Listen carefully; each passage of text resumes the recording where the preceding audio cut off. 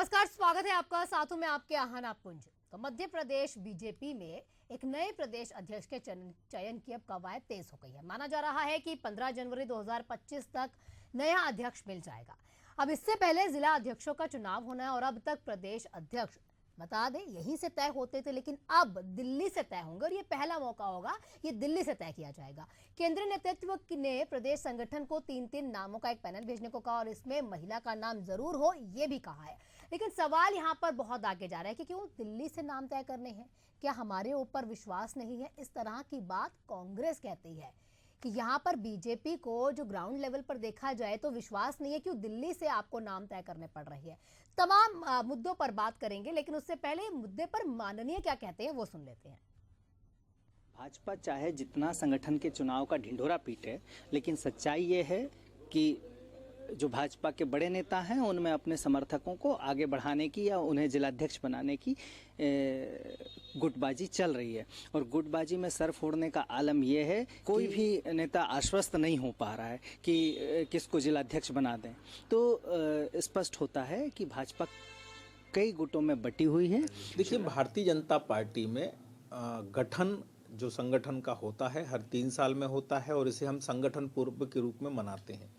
संगठन पर्व बूथ पर हुआ, मंडल पर हुआ, जिले की गतिविधि भी लगभग समापन की ओर है, पूर्णता की ओर है और जिलाध्यक्षों के गठन भी हो जाएगा। उसके पश्चात प्रदेश, राष्ट्रीय, सब पूरी व्यवस्था हर 3 साल में होती है और अभी भी हो जाएंगी। कहीं कोई किसी प्रकार का भी संशय, संदेह, कोई इसी प्रकार का अपवाद भी नहीं है। स्वाभाविक है कि एक राजनीतिक दल जीवंत राजनीतिक दल है। आम सहमति के आधार पर, सर्वसम्मति के आधार पर संगठन पर्व हम मनाते हैं और उसी आधार पर मनाया जाएगा।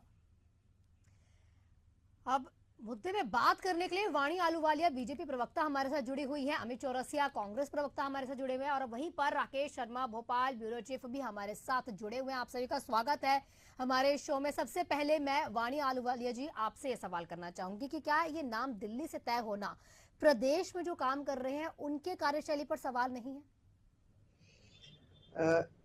नमस्कार। सबसे पहले आप दर्शकों को और मेरे साथ जुड़े हुए आप लोग सब इस चैनल के माध्यम से देखिए, भारतीय जनता पार्टी एक कैडर बेस्ड पार्टी है। हमारे कार्य करने की एक निश्चित प्रक्रिया है और उसके अनुसार हम जो ये संगठन का पर्व आप देखते आ रहे हैं जिला और राज्य स्तर पर, अब तो इसके तहत हम एक लोकतांत्रिक तरीके से, पारदर्शी तरीके से, सर्वसहमति लेते हुए हम अपने जितने केंद्र के अधिकारी हैं जो राष्ट्रीय स्तर पर हैं, वहां से दिशा निर्देश लेते हुए इस फैसले पर पहुंचेंगे कि कहां किस व्यक्ति ने हमारा नेतृत्व करना है। और अनुशासन वाली पार्टी है ये पार्टी में कुछ नियम कायदे हैं और यही खूबसूरती है भारतीय जनता पार्टी की। ठीक, आप कह रहे हैं कि यही खूबसूरती है, अनुशासन के तरह से हमें चलना है।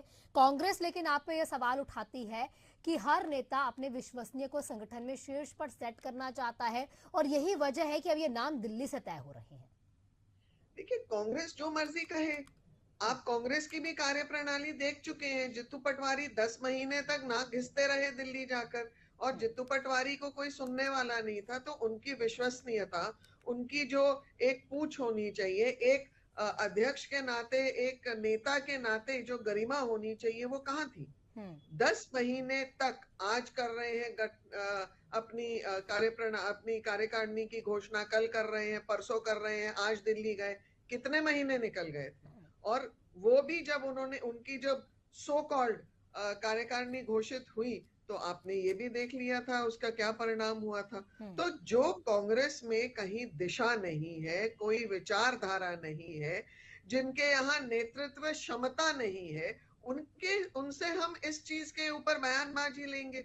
मुझे लगता है कांग्रेस को अपना आत्मचिंतन करना चाहिए और अपना पथ निश्चित करना चाहिए, ना कि अपना समय खराब करे, बहुमूल्य समय वो भी, और भारतीय जनता पार्टी की चिंता करता है। ये हमारा आंदरूनिक मामला है और इसे हम हर 3 वर्ष में बहुत सुंदर तरीके से निभाते आए हैं और आगे भी करते रहेंगे। ठीक है, हमारे साथ अमित चौरसिया जी भी हैं कांग्रेस की तरफ से। क्या कुछ कहना चाहेंगे अमित जी आप? वो कह रहे हैं हमारा अंदरूनी मामला है, आपको क्या जरूरत है इस मामले में पढ़ने की? किसी भी तरीके से हम अपने अध्यक्ष का नाम घोषित करें या उसके ऊपर काम करें? जी नमस्कार रंजना जी। जहां तक बात है मेरी बहन वाणी जी की, तो वाणी जी जब भी डिबेट में होती हैं और कब कांग्रेस से संबंधित बात होती है, जब हमारा प्रश्न होता है तो वाणी जी का कहना होता है कि कांग्रेस हो या भारतीय जनता पार्टी एक राजनीतिक संगठन है, जनता के प्रति उसकी जवाबदेही है। और अगर इन पार्टियों में, इन संगठनों में कुछ अगर गलत चल रहा है तो उसकी आवाज उठना चाहिए। तो अब अगर कांग्रेस देख रही है कि जिस तरह से भारतीय जनता पार्टी एक मनोवैज्ञानिक तरीके से संगठन को खड़ा कर रही थी और उसके अंदर तमाम खामियां निकल कर सामने आई, जिस तरह से बड़ी बड़ी गाइडलाइन अजय जामवाल जी ने जारी करी थी कि मंडल के चुनाव के अंदर कोई भी विधायक या सांसद का प्रभाव दबाव नहीं चलेगा, क्या हुआ? जितने भी मंडल अध्यक्षों की नियुक्ति हुई सब भारतीय जनता पार्टी के विधायकों के ऑफिस से तय हुए उनके नाम। फिर हमारी बहन ने बताया था पिछली डिबेट में कि हम इस बार नया प्रयोग करने जा रहे हैं, नया नवाचार होगा भारतीय जनता पार्टी के अंदर। मंडलों के अंदर जो है 33% महिलाओं का आरक्षण दिया जाएगा। मैं पूछना चाहूंगा कितने प्रतिशत महिलाओं का आरक्षण मिला? बड़े बड़े शहरों में 1 या 2 महिलाओं का अध्यक्ष बनाया गया, और वो भी अध्यक्षों के जो महिला अध्यक्ष बनी है उनकी जगह उनके पति संगठन की मीटिंगें कर रहे हैं, स्वागत सत्कार करवा रहे हैं, मालाएं पहन रहे हैं। ये स्थिति तो भारतीय जनता पार्टी की कथनी और करनी के चेहरे का अंतर है। बहरहाल जो भी हो, लेकिन जो आपने बिल्कुल आपके शो की जो टैगलाइन दी कि भाई दिल्ली तय करेगा, तो कांग्रेस भी यही कह रही थी जब पर्ची पर निकले हुए मुख्यमंत्री तय होंगे, विधायकों से रायशुमारी नहीं की जाएगी, संगठन के अंदर आंतरिक लोकतंत्र नहीं होगा, तो यही सब तो होगा। दिल्ली से रिमोट कंट्रोल से सरकार चल रही है, संगठन भी रिमोट कंट्रोल से दिल्ली से चलेगा जब अमित शाह जी और नरेंद्र मोदी जी तय करेंगे। और अब तो ऐसा लगता है कि जिस आरएसएस के बल पर भारतीय जनता पार्टी सत्ता में आई और संघर्षों का दौर इनका खत्म हुआ, अब उस आरएसएस से भी किनारा करने की तैयारी हो गई। जिस तरह से आरएसएस और भारतीय जनता पार्टी में मतभेद उभर रहे हैं, आना जी ऐसे ही मतभेद 1974 में उभरे थे जब जनसंघ थी, आपको याद होगा। जनसंघ और आरएसएस में जब मतभेद उभरे तो देखते ही देखते 1980 में भारतीय जनता पार्टी का गठन करना पड़ा, और आज 40 वर्षों के अंदर भारतीय जनता पार्टी में वही स्थिति फिर बन गई है। तो कहीं ना कहीं अब आरएसएस की राय को भी दरकिनार कर दिया गया है। तो सीधा सीधा एक इशारा बताया जाता है कि आज जो भारतीय जनता पार्टी का मूल कार्यकर्ता है वो तो बेचारा दीनदयालु दुर्लभ दलित बिछाओ योजना का हितग्राही बन के रह गया, और जो आयातित नेता थे वो आज मठाधीश बन गए भारतीय जनता पार्टी में, वो निर्णय ले रहे हैं। संगठन और सरकार के अंदर इस कदर अंतरकला मच गई है कि दोनों ही संभालना इनके लिए मुश्किल हो रहा है। एक तरफ सरकार नहीं संभल रही, एक तरफ संगठन नहीं संभल रहा है। तो मैं समझता हूँ भारतीय जनता पार्टी अपने ही बुने हुए जाल के अंदर पूरी तरीके से फंस गई है, और कहीं ना कहीं इस चुनाव के बाद देखने में आएगा किस तरह भारतीय जनता पार्टी में बिखराव का जो दौर आएगा वो आप भी देखेंगे और हम भी देखेंगे। क्योंकि जिस तरह से संगठन अध्यक्ष तय नहीं कर पा रहे हैं तो फिर क्यों ये दिखावा करते हैं चुनाव का?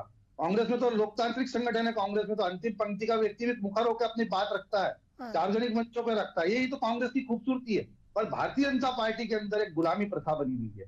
जैसी भारतीय जनता पार्टी की गाइडलाइन जारी होती है, नीचे से लेकर ऊपर तक के नेता की मजबूरी हो जाती है उसी गाइडलाइन पे बोलना। अब आप देखिए इनका चाल चरित्र और चेहरा, बात करते सुशासन की, संस्कृति की, राष्ट्रवाद की, विकास की, नागरिक सुरक्षा की। जब इस मध्य प्रदेश में दलितों पर अत्याचार होते, कल आप देखिए 12 घंटे तक हमारे संघर्ष नेतृत्व जीतू पटवारी वाणी जी आ रही हूँ, एक मिनट बात कंप्लीट करें, आपके पास बोलिए बोलिए अमित जी बोलिए। तो मैं वही कहना चाह रहा हूँ कि संगठन का दायित्व नहीं बनता है। जब मध्य प्रदेश की जनता ने स्पष्ट बहुमत के साथ आपको सत्ता की चाबी सौंपी तो संगठन की भी उतनी जवाबदारी बनती है, क्योंकि संगठन के संघर्ष से तो सत्ता का रास्ता मिलता है। बिल्कुल बिल्कुल। तो पूरा संगठन मौन, और कहीं ना कहीं जो बड़े चुनाव होते हैं, संगठन अगर मजबूत रहता है, उसमें आपसी या सहमति दिखती है या अच्छे संबंध वहां दिखते हैं, तो वो चुनाव का असर आपको बड़े चुनावों पे भी, विधानसभा या बाकी चुनावों पे भी आपको संगठन की मजबूती का असर देखने को मिलता है। वाणी जी वो कह रहे हैं कि आपकी पार्टी में गुलामी हो रही है, एक शख्स ने कह दिया या फिर जो भी दिल्ली से बस आया ऑर्डर और यहाँ पर उसको इम्प्लीमेंट कर देते हैं। क्या कहना चाहेंगे वाणी जी आप? देखिए ये भारतीय जनता पार्टी है, ये कांग्रेस नहीं है कि एक परिवार 70 साल से उस पार्टी के ऊपर अपना राज जमाए हुए है। गांधी परिवार के अलावा इनके पास और कोई क्षमता नहीं है नेतृत्व की। क्या अगर पिता नहीं बने तो पत्नी, पत्नी नहीं तो बेटी, बेटी नहीं तो बेटा, और वो भी बार बार लॉन्च करने की नौबत आती है। आज लॉन्च किया, कल फिर परसों फिर, हर बार रिपीटेड फेलियर। और ये जो सत्ता की चाबी बोल रहे हैं, तो अमित जी सत्ता कोई तिजोरी नहीं है। हाँ, आपने जरूर सत्ता को एटीएम बनाया था हर प्रदेश में, और आपने उसका दुरुपयोग किया, इसलिए आपके परतच्चे उड़ गए और हर राज्य में आप इलेक्शन हारे। चाहे हम मध्य भारत की क्षेत्र देख लें, राजस्थान, मध्य प्रदेश, छत्तीसगढ़, हाल ही में आपने महाराष्ट्र में देख लिया, आप बाकी के भी राज्यों में देख लो कि ये जो सत्ता की चाबी आप अहंकार के शब्दों का प्रयोग करते हुए कहते हैं, तो सत्ता की चाबी आज ने आप निरंतर खोते आए हैं, क्योंकि आप लोगों ने इस शासन प्रशासन का हर प्रदेश में इतना दुरुपयोग किया कि वहां केवल शासन ही परेशान नहीं हुआ, वहां जनता भी इतने हतैश हुई आपसे। आप जहां जिस प्रदेश में शासन लागू किया है आपने, उसको आपने बदहाल किया है। उसका साफ और स्पष्ट उदाहरण हमें हाल ही के महाराष्ट्र और हरियाणा इलेक्शंस में मिल रहा है। आपके जितने बुने हुए जाल थे, वाणी जी, ये तो देखिए इससे इतर है कि ठीक है ये बड़े लेवल के आप हो जाएगा चुनाव, छोटे पे आते ना, अगर जिला अध्यक्ष दिल्ली से तय होगा तो क्या ये आपसी गुटबाजी, यहाँ पर अंदरूनी गुटबाजी कह सकते हैं, देखने को नहीं मिलेगी? कुछ असंतोष नहीं हो जाएगा यहाँ संगठन में?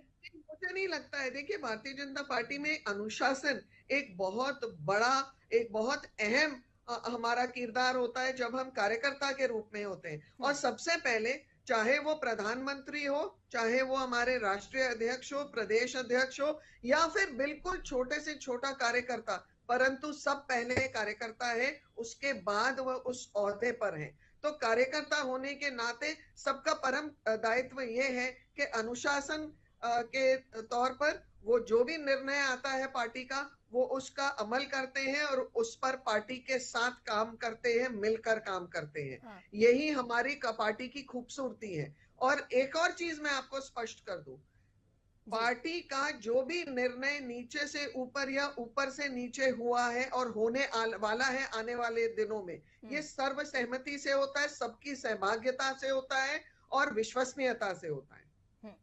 क्या कहना चाहेंगे आप? वो कह रहे हैं कि हमारी पार्टी में अगर कोई फैसला लिया जाता है ना, तो इसमें सबकी सहमति होती है, क्योंकि इस तरह की बातें भी निकल कर आ रही है कि कार्यकर्ताओं से पूछे बिना इस तरह का डिसीजन अगर शीर्ष नेतृत्व कर देता है, तो क्या उनमें ये तालमेल बैठ पाएगा, या फिर उनके ऊपर थोपना, ये जो भी फैसला ऊपर से आता है दिल्ली से, उनके ऊपर ये फैसला थोपना क्या ठीक रहेगा? इस तरह के सवाल आपकी पार्टी से किए जा रहे हैं। नहीं आना जी, देखिए, आप ये एक तरफ बोलते हैं परिवारवाद, कांग्रेस के ऊपर गांधीवाद का आरोप लगाते हैं, खुद तो शीर्षासन कर रहे हैं पूरी की पूरी भारतीय जनता पार्टी। पिछले 15 वर्ष हो गए, नरेंद्र मोदी जी के अलावा इनके पास दूसरा चेहरा, दूसरा नाम ही नहीं। मोदी भक्ति में पूरी पार्टी लीन है, पूरी की पूरी पार्टी अमित शाह जी के इशारों पर चल रही है। मुख्यमंत्री जी निर्णय सरकार का निर्णय है, नरेंद्र मोदी जी और अमित शाह जी से पूछ लिया जा रहा है। तो पूरी पार्टी सिर्फ दो नेताओं के सामने तो शासन कर रही है, एक नया नाम, एक नया चेहरा ये लोग नहीं ला पाए, और हम पर आरोप लगा रहे परिवारवाद और गांधीवाद का। सुन लीजिए मेरी बहन, आप भी सुनिए, मैं आपको सुन रहा था, परिवारवाद का मतलब क्या होता है? डिबेट करने से गांधी परिवार अपने वंशवाद में फंसा हुआ है। और जहां तक बात रही सत्ता की चाबी की, तो जिस तरह से धन कुबेरों के धन वर्षा हो रही है मेरी बहन, उस पर तो खामोश हो जाएंगे आप कि किस तरह से सरकारी तिजोरी को लूटा जा रहा है इस प्रदेश के अंदर। 56 लाख रुपए का सोना, 11 करोड़ रुपए नगद, चांदी बरसरी कहाँ है? जबलपुर के एक बहुत अच्छे अखबार में आखिरी के पन्ने में इस सुरक्षा करवाइए, तब जाके जो सूत्र हैं जो पकड़े गए हैं, आपको मालूम है उनके तार कहाँ जुड़े हुए हैं? सुशासन की है वो तो कल सामने दिखा, जब दलित व्यक्ति की हत्या हो गई सकवास थाने में। आप दोनों एक साथ बोल रहे हैं, दोनों एक साथ बोल रहे हैं। आप दोनों को मैं बता दूं कि दोनों ने कुछ भी अगर बोला तो ना वो दर्शकों को समझ में आया है, और दर्शकों को तो क्या ही समझ में आएगा, मैं यहाँ बैठी हूँ मुझे ही समझ नहीं आया, क्योंकि दोनों एक साथ बोल रहे थे, आवाज ओवरलैप हो जाती है। कैसे मुद्दा रखा जाएगा, कैसे चीजें अपनी क्लियर की जाएंगी कि पार्टी का यहाँ पे क्या जो है विजन क्या है ये फैसला करने का, क्योंकि दोनों एक साथ बोल रहे हैं। एक बार वाणी जी, अभी आप बोल रहे थे, एक बार उनका बात सुन लेते हैं, फिर एक बार फिर आप पे आऊंगी। बोलिए अमित जी। आना जी, मैंने तो डिस्टर्ब करा नहीं, मैं तो धैर्यपूर्वक कोई बात नहीं, चलिए आप सुन भी रहा था और समझ भी रहा था जी। मैं यही कहना चाहता हूं कि जब पूरी भारतीय जनता पार्टी नरेंद्र मोदी जी और अमित शाह जी के चरणों में शीर्षासन कर रही है, तब आपको उससे परहेज नहीं। पिछले 15 साल में एक नया चेहरा नहीं ला पाए, मुख्यमंत्री तक पर्ची पर निकल रहे हैं। राजनाथ सिंह जी जो आज आए हुए हैं मध्य प्रदेश में, यही एक पर्ची लेकर आए थे। तो आप बताइए ना कि आप ये संगठन का सुशासन के नाम पे, लोकतंत्र पे, चुनाव के नाम पे लोकतांत्रिक प्रणाली दिखा के क्यों दिखावा कर रहे हैं? सीधा सीधा कहिए ना कि दिल्ली तय करेगी, वो बैठेगा। आपसे आपके संगठन की आंतरिक गुटबाजी नहीं संभल पा रही है, सरकार की आंतरिक गुटबाजी आपसे नहीं संभल पा रही है, प्रदेश आपसे नहीं संभल पा रहा है, कहीं सोने की बारिश हो रही, कहीं चांदी की बारिश हो रही, कहीं 11-11 करोड़ रुपए नकद प्राप्त हो रहे हैं। तो इस तरह का तो आपका संगठन और सरकार चल रही है। और जहां तक बात संगठन के चुनाव की है, तो जैसे मैंने मंडलों का उदाहरण दिया, जो अजय जामवाल जी ने गाइडलाइन जारी करी थी, क्या उसका फॉलो करा? कितनी महिलाएं आपने बनाई? अभी आप कह रहे हैं कि 3 नाम मंगाए, उस पैनल के अंदर एक महिला भी रहेगी। आप मंडलों में तो 33% आरक्षण महिलाओं को दे नहीं पाए। तो ये तो आपकी स्थिति है। तो ये दिखावा बंद करिए। ये मनोवैज्ञानिक प्रभाव आप जनता पे बनाते, पन्ना प्रमुख, मंडल प्रमुख, सेक्टर प्रभारी, तो ये सारे जो प्रभारी होते हैं ना, ये प्रभारी सिर्फ कागजों तक सीमित रह जाते हैं। आज स्थिति ये हो गई है कि कांग्रेस से आयातित नेता तो संगठन का दिशा निर्देश तय कर रहे हैं कि क्या होगा और क्या नहीं होगा। तो जो भारतीय जनता पार्टी का मूल कार्यकर्ता बेचारा, जो दीनदयाल दुर्लभ गरीब विकास योजना का एजेंडा बन के रह गया है, उसके साथ इंसाफ कीजिए। और जहां तक बात है सत्ता की चाबी की, तो बिल्कुल सही कहा मैंने बहन, जिस तरह से सरकारी खजाने को आज लूटा जा रहा है, ये पूरे प्रदेश की जनता देख रही है। क्या कहना चाहेंगी वाणी जी, आप कुछ कह रही थी? सबसे पहले तो अमित जी को समझना चाहिए परिवारवाद और वंशवाद का मतलब और अर्थ क्या है ना। नेहरू, फिर आए इंदिरा गांधी, उसके बाद उनके पुत्र राजीव गांधी, फिर सोनिया गांधी ने एक डमी प्राइम मिनिस्टर को बिठा के सत्ता अपने हाथ में ली, और उसके बाद बार बार निरंतर हर 3 महीने में राहुल गांधी जी को लॉन्च करने की भरपूर प्रयास की जा रही है और बार बार फेल हो रहे हैं। अब भी कोई नई यात्रा निकालने वाले हैं। और रही बात सत्ता की चाबी, मैं फिर आपको डंके की चोट पे कहती हूँ कि आप लोगों ने इतना दुरुपयोग किया है, एटीएम्स बना बना के अपनी जिस सरकार के आपने नियोजन किया, और इसलिए आपको सत्ता ने सत्ता से बाहर फेंका। आज आप सुखड़ के वेंटिलेटर पे आ गए हैं और आपकी विश्वसनीयता बिल्कुल खत्म हो गई है इस देश के नागरिकों के बीच में। इसीलिए आप निरंतर राज्यों में अपने चुनाव हारते आ रहे हैं। उन राज्यों में जहां पहले भाजपा थी, वहां तो आप और प्रचंड रूप से हारे हैं, परंतु जहां थोड़ी बहुत आपकी साख बची हुई थी, वहां से भी आपको धो दिया गया है। और आने वाले वर्षों में आपको कम से कम 5-6 साल से तो बहुत ज्यादा समय लगेगा। 2047 के पहले तो मुझे नहीं लगता है कि आप अपनी कमर सीधी कर पाएंगे। और रही बात आप भारतीय जनता पार्टी के जो नवाचार या भारतीय जनता पार्टी के जो कार्यप्रणाली पे प्रश्न उठा रहे हैं, तो अमित जी, सबसे पहले तो आप अपना एक इंट्रोस्पेक्शन कर लीजिए, अपने आप को आईना दिखा लीजिए। जिस पार्टी में निरंतर अस्मिता को मेंटेन नहीं किया गया, जिस पार्टी में कोई विचारधारा को के ऊपर नहीं चला गया, जिस पार्टी ने हमेशा तुष्टीकरण और ध्रुवीकरण का ही पथ अपनाया है, उस पार्टी पर कौन कैसे विश्वास करेगा? जिस पार्टी ने इस देश को इतने वर्षों तक विकास से वंचित रखा, जिस पार्टी ने उन लोगों के मैम देखिए, ये बहुत डीप हो जाएगा। देखा जाए तो फिर 70 साल का हिसाब लेना छोटी सी डिबेट में दिक्कत आ जाएगी। एक बार संगठन वाली बात पर रहते हैं। हमारे साथ चूंकि राकेश शर्मा जी हमारे ब्यूरो चीफ भी जुड़े हुए हैं, उनसे भी बात कर लेंगे। सर, जिस तरह से हमेशा देखा जाता है कि जो भी संगठन का चुनाव होता है, अध्यक्ष अगर चुने जाते हैं तो उसमें जो होता है कार्यकर्ताओं की सहमति ली जाती है, उनसे बात की जाती है और हमेशा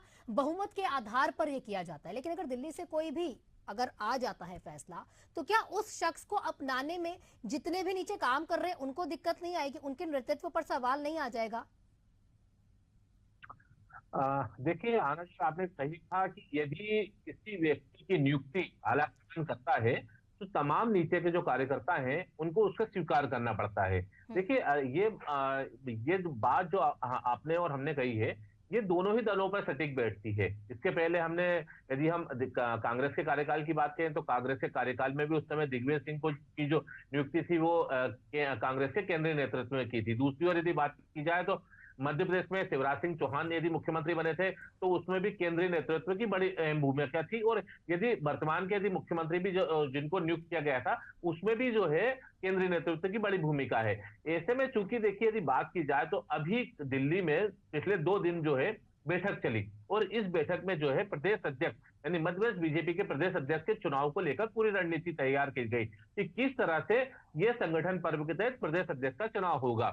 यदि देखिए जो जानकारी मेरे पास आई है इसमें रविवार को जो है राय शुमारी पूरी होने के साथ पूरे प्रदेश में जो है वोटर भी तय हो गए हैं जो प्रदेश अध्यक्ष के निर्वाचन में शामिल होंगे और इनकी संख्या कुल जो है वो 405 होगी, जिसमें 230 विधानसभा से एक-एक, 115 202 विधानसभा से एक-एक और इसके अलावा 60 जिला अध्यक्ष जो है वोट डालेंगे। इसके अलावा प्रदेश अध्यक्ष के निर्वाचन का जो कार्यक्रम है वो 5 जनवरी के बाद होगा और संभावना ये जताई जा रही है कि 15 जनवरी से पहले जो है इसका निर्वाचन कर लिया जाएगा।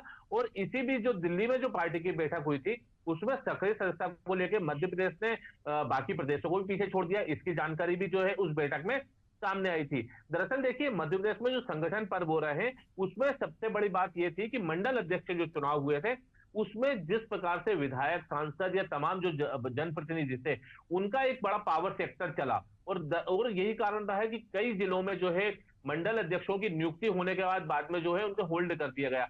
दरअसल हर जनप्रतिनिधि चाहता है, चाहे वो विधायक हो, सांसद हो, हर महापौर हो, तमाम हर जनप्रतिनिधि चाहता है कि जो नीचे का मंडल अध्यक्ष का व्यक्ति है या बूथ अध्यक्ष का व्यक्ति है वो मेरा व्यक्ति होना चाहिए, जिससे कि मुझे वहां काम करने में आसानी हो। यही देखने को मिला कि मंडल अध्यक्ष के चुनाव कई जिलों में जो है होल्ड कर दिए गए हैं। आज हम बात करें तो आज प्रदेश बीजेपी कार्यालय में जिला अध्यक्ष को लेकर तमाम, यानी बात की जाए तो विंध्य क्षेत्र के कई जिलों के जो है लोग आए, उन्होंने अपनी दावेदारी जताई। कुछ किसी के साथ आया था तो वो उस व्यक्ति की पैरवी कर रहा था। तो संगठन महामंत्री हितानंद जी के सामने कई व्यक्तियों ने जो है पैरवी की, कई ने अपनी दावेदारी जताई। तो हो क्या रहा है कि जिला अध्यक्षों की नियुक्ति तो जो है का पूरा एक पैनल बनके जो है प्रदेश नेतृत्व के पास जाएगा और प्रदेश नेतृत्व इसको केंद्रीय नेतृत्व के सामने रख देगा, जिससे कि वहां पे उनको अनुमोदन किया जाएगा।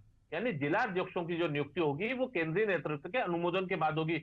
हालांकि प्रदेश नेतृत्व का रिकमेंडेशन रहेगा, लेकिन प्रदेश अध्यक्ष का जो चुनाव होगा आनंद जी, वो बड़ा टिपिकल होगा, क्योंकि इसमें तमाम बड़े पावर सेक्टर्स और तमाम कई जो दिग्गज नेता हैं वो इसमें शामिल है। यदि बात की जाए तो इसमें पूर्व गृह मंत्री नरोत्तम मिश्रा है, इसके अलावा पूर्व कैबिनेट मंत्री लाल सिंह आर्य का नाम है, वर्तमान में जो सांसद है फग्गन सिंह कुलस्ते समेत तमाम बड़े दिग्गज नेताओं का नाम है। तो ऐसे में अभी कांग्रेस के बीजेपी के सामने, माफ कीजिएगा, बीजेपी के सामने अगले 15 दिन का जो है जो समय है वो बड़ा चुनौतीपूर्ण है, क्योंकि इसी दौरान जिला अध्यक्षों के चुनाव होना है। अगले 3-4 दिनों के अंदर जो है करीब आधा पर जिलों के जिला अध्यक्षों का निर्वाचन होना जरूरी है, क्योंकि जब तक 50% जिला अध्यक्षों का निर्वाचन नहीं हो जाएगा तब तक फिर प्रदेश अध्यक्ष के निर्वाचन की प्रक्रिया भी नहीं हो पाएगी। क्योंकि इस बार ऐसा देखने को मिल रहा है कि इंदौर, इसके अलावा बुंदेलखंड और इसके अलावा ग्वालियर चंबल संभाग में जिला अध्यक्षों को लेकर काफी खींचातानी हो रही है और वहां रायशुमारी नहीं बन पा रही, क्योंकि हर व्यक्ति चाह रहा है कि हमारा ही व्यक्ति जो है जिला अध्यक्ष बने। बुंदेलखंड की बात कर लें राणा जी, एक बात आपको बताना चाहूंगा कि गोविंद सिंह राजपूत और भूपेंद्र सिंह के बीच इस बात को लेकर कसम कसे कि सागर जिले का जिला अध्यक्ष कौन बनेगा। ग्वालियर संभाग में यह है कि ज्योतिरादित्य सिंधिया, नरेंद्र सिंह तोमर समेत तमाम जो दिग्गज नेता है वो चाहते हैं कि हमारा जो समर्थक व्यक्ति है वो तो कहीं ना कहीं खींचतान देखने को ही मिलेगी राकेश जी, जिस तरह से देखा जा रहा है ये खींचतान आपको देखने को ही मिलेगी वहीं पर। क्योंकि अमित जी भी हमारे साथ है। अमित जी तमाम बातों पे बोल रहे हैं, एक बार दिग्विजय जी वाला मुद्दा जो राकेश जी ने उठाया उस पर आप क्या कहना चाहेंगे? जी मैं सुन नहीं पाया, क्या कह रहे हैं? मैं कह रही हूँ अमित जी, तमाम मुद्दे आप उठा रहे हैं, राकेश जी ने एक दिग्विजय जी वाला मुद्दा भी यहाँ पर रोशनी डाली है, उस पर आप क्या कहना चाहेंगे? देखिए, कांग्रेस में मैंने पहले भी कहा जी, कांग्रेस में हमेशा लोकतांत्रिक व्यवस्थाएं रही है। दिग्विजय सिंह जी की जब नियुक्ति के बाद के मुख्यमंत्री बने थे, जब तमाम विधायक दल के नेताओं ने उनका नाम आगे रखा था, स्वयं पूर्व मुख्यमंत्री अर्जुन सिंह जी ने उसकी अनुशंसा करी। राकेश जी बहुत वरिष्ठ पत्रकार हैं, कई विषयों पर उनकी अच्छी पकड़ है। और जहां तक बात है भारतीय जनता पार्टी की, तो जो उन्होंने तस्वीर स्पष्ट करी, यही आरोप तो कांग्रेस लगा रही है। ये तमाम जिले उठा के देख लीजिए, सतना के अंदर किस तरह एक चैट पूरे प्रदेश भर में वायरल हो रही है भारतीय जनता पार्टी का। नहीं सर, एक बार फिर से दिग्विजय सिंह वाली बात मुझे समझ नहीं आई, एक बार फिर से आप बताएंगे क्या समझा रहे हैं उसमें? जी मैं ये कहना चाह रहा हूँ कि दिग्विजय सिंह जी जब मुख्यमंत्री बने तो कांग्रेस के अंदर एक लोकतांत्रिक व्यवस्था है। सभी विधायकों ने मिलकर मुख्यमंत्री के पद के लिए दिग्विजय सिंह जी को चुना था। पूर्व मुख्यमंत्री रहे अर्जुन सिंह जी ने उनकी अनुशंसा करी थी। कांग्रेस में एक लोकतांत्रिक व्यवस्था हमेशा शुरू से रही। तो आप कहना चाहते हैं कि वो इस तरह से नहीं हुआ, तो ऊपर से फैसला नहीं आया था? जी क्या बोला आपने? मैं कह रही हूँ वो जो फैसला बता रहे राकेश जी ऐसा नहीं हुआ था, या आप कह रहे हैं कि भाई विधायकों ने चुन लिया था? नहीं, विधायकों ने चुन के ऊपर भेजा था दिल्ली नेतृत्व को। हमारे यहाँ तो सिस्टम ही यही रहा है ना शुरू से, सिस्टम के हिसाब से चले थे उस टाइम पर, आप कह रहे हो। और हमारे ये लोकतांत्रिक व्यवस्था शुरू से रही है आना जी। इसमें नया क्या है? जीतू पटवारी जी के मामले में देख लीजिए, अभी मेरी बहन तमाम आरोप लगा रही, पीसीसी की कमेटी तक उसका पूरी तरीके से मंथन हुआ है। उसके बाद हमारे मध्य प्रदेश के प्रभारी भवन जितेंद्र सिंह जी ने उसको अनुमोदन में लेके फिर नियुक्तियां जारी करी है, और एक लंबा अच्छा खासा समय लगा उस मंथन में। तो हमारे यहाँ दिल्ली होता है, लेकिन आज की भारतीय जनता पार्टी जो जमीन से चलने की बात करती थी, जो कहती थी कि सिस्टम हमारा नीचे से ऊपर की ओर चलता है, आज वो सिस्टम सिर्फ 2 लोगों के पास चरणों में पड़ा हुआ है। अच्छा। वहां से रिमोट दबता है और निर्णय आता है। ये स्थिति भारतीय जनता पार्टी की है। ठीक है, कहीं ना कहीं वो ये चाहते हैं कि फैसले जल्दी हो जाए, क्लैरिटी आए। एक बार वाणी जी कुछ कह रही हैं, क्लोजिंग रिमार्क रहेगा वाणी जी आपका ये। मेरा एक प्रश्न ये है कि अगर ये इतने लोकतंत्र के ये परम पुजारी हैं, तो ये सोनिया गांधी जी और राहुल गांधी जी को रिटायर क्यों नहीं कर देते? दूसरा प्रश्न कि इनका अगर इतना लोकतंत्र के लिए प्रेम है और उसके नियम कायदे के अनुसार चलते हैं, तो जिसको पटवारी ने उमंग सिंगार कुर्सी और 200-300 का अंदर सीमेंट तो नरेंद्र मोदी जी को रिटायर कर दीजिए। फिर हम भी कह रहे हैं आपसे, कर दीजिए। क्यों देते हैं? और रही बात वंशवाद की, मैं फिर बोल रही हूँ, ये जो इन्होंने कहा है, जो हमारे पास जो नेतृत्व है उसे पूरी दुनिया ने स्वीकारा है। और इसलिए मैं स्पष्ट कर रही हूँ कि भारतीय जनता पार्टी को क्यों नहीं पास करती, क्यों नहीं परंतु कांग्रेस पार्टी के पास लोकसभा चुनाव में गांधी 300 का अंतर आ गया। जो कि आज बैसाखियों की सरकार आपकी चल रही है, राहुल की केंद्र में सरकार आपकी है। और बीच में कुछ समय तक उन्होंने एक किसी को बिठा दिया था प्रधानमंत्री के कुर्सी पर और उनका बेहद अनादर किया था, बहुत विद्वान व्यक्ति, क्योंकि इनके पास शायद खुद विद्वानों की कमी है, इसलिए खुद नेतृत्व ना करते हुए इन्होंने किसी को बिठाया। परंतु हम पिछले 70 साल से देख रहे हैं कांग्रेस पार्टी के ऊपर जो कब्जा बनाया हुआ है गांधी परिवार ने, वो वहां से निकलने को तैयार पूरे नहीं। देश के वाणी जी शर्म आना चाहिए आपको निर्लजता के लिए कि कितना आपकी सरकार के अंदर विद्वानों के लिए आपके अंदर हमदर्दी है। ये तो मनमोहन सिंह जी का अंत्येष्टि वाले दिन दिखा, पूरे देश के देखा है। ठीक, ये मुद्दा ना उठाएं, ये मुद्दा इस मामले पर ना उठाएं। ठीक है, आप सभी का बहुत बहुत शुक्रिया ये तमाम चर्चा के लिए और विषय पर रोशनी डालने के लिए। लेकिन फिर भी फैसला यहीं आकर कहीं ना कहीं रुक जाता है कि अगर ये नेतृत्व यानी कि दिल्ली से अगर तय होता है, तो क्या ये यहाँ पर बैठे हुए लोगों के लिए एक असंतोष नहीं पैदा करेगा? क्या उनके नेतृत्व पर सवाल नहीं है कि यहाँ पर सच में गुटबाजी हो सकती है? क्या अपने किसी चहेते को उस सीट पर बिठाने के लिए कई स्कीम्स लड़ी जा सकती है? क्या महिलाओं को सच में इसमें वो जो आरक्षण की बात निकल कर आती है बीजेपी के द्वारा, तो वो सम्मान और वो भागीदारी मिल पाएगी? खैर, दिन अभी दूर नहीं है, 15 या 16-17 दिन की बात है और ये नाम सामने आ जाएगा। और ये तमाम जो चीजें, जितने भी सवाल विपक्ष की तरफ से उठाए जा रहे हैं और पक्ष की तरफ से जितने बयान दिए जा रहे हैं, वो पिक्चर जो है वो क्लियर हो ही जाएगी। आप सभी का शुक्रिया हमारे साथ जुड़ने के लिए। देखते रहिए एशियन न्यूज।